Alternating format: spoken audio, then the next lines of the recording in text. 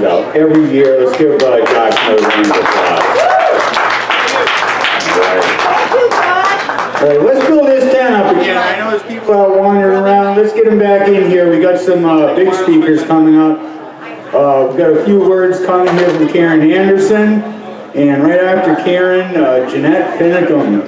And her daughter, Tara Penny, is coming up. Boy, I've got a few words to say about them as those introductions come. But let's jump right into it here. Karen Anderson, she was president 2 years ago, if you remember. Karen doesn't know I'm going to do this, but I've got a picture, and I just love this picture. I'm going to share it on the Facebook page later. Oh, no. And it's a picture of me, and I'm sitting here looking at Karen. I'm wagging my finger, something awful. And she's got that look in her eye like, boy, I like you, but I hope I get out of this unscathed. You see, I'm one of those people, I gave up a long time ago, finding someone that talked nice to me and said those things that were comfortable in my ears. They'd give my support, and then they'd run off, and they just lose their freaking minds. They forgot that they made me a campaign promise and thousands of other people like me.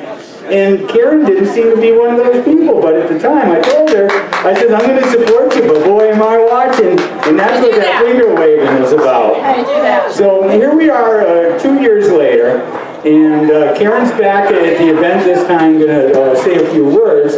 But more than that, she's also now the president of the Faith and Freedom Coalition here in Massachusetts. The state chapter of a national organization that deserves your attention.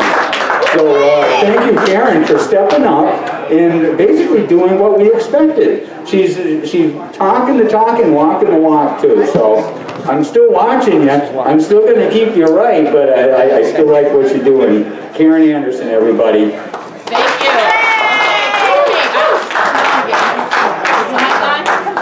I don't think you turned me off for a second. Can you hear me now? Can you guys in the back hear me?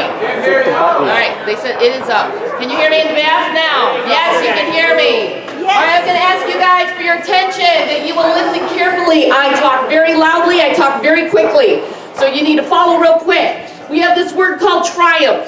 And it came to me, I'm thinking about this word triumph. And triumph, if you break it down, it makes out like this. Try and When you try to get something done and you put some work into it, that's how you can end up with triumph, right? But let's break down this word just a little bit more. When we have try, we think of tricycle. We think of people of faith. We think of the triune God, the Trinity. When we have God in us, when we have God working with us, when we try, we put some oomph into it, we can have triumph. Let's break this down a little bit more. We got one more thing here. I'm going to talk fast, so listen carefully.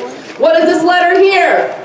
I need to be doing it. If I am not involved in the issues of today, I cannot expect things to get done in the legislature. I can expect somebody else to do the voting for me. It is my responsibility, whether it comes to Common Core in the schools, whether it comes to your Second Amendment, which is why you're going to need to know about Common Core, even if you don't have kids in the school system.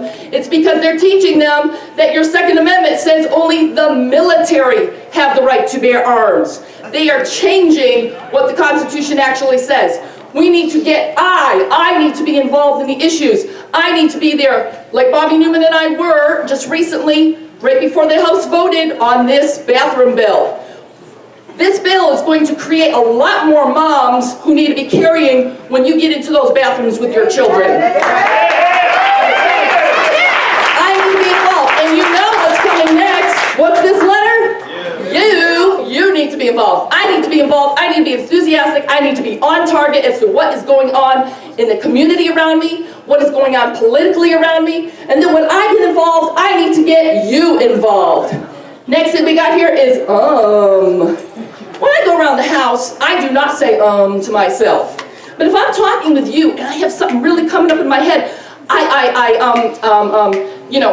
you're thinking. So if I have you with me, we're going to do thinking. We're going to get some thinking done here. And when we get thinking done, we're going to be thinking about how can we affect the legislation? How can we make those changes?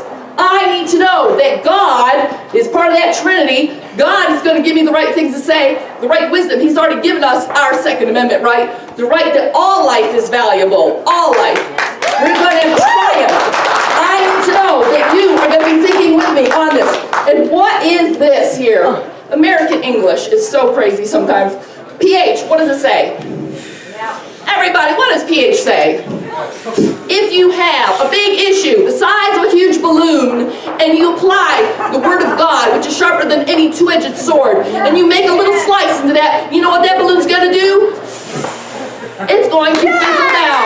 And when that fizzles down, that's the same thing that our issues are going to do. When we take the principles that God gave us and we apply them, we are going to have triumph. Why? Because it's going to fizzle down to a manageable size and not be blown out of proportion.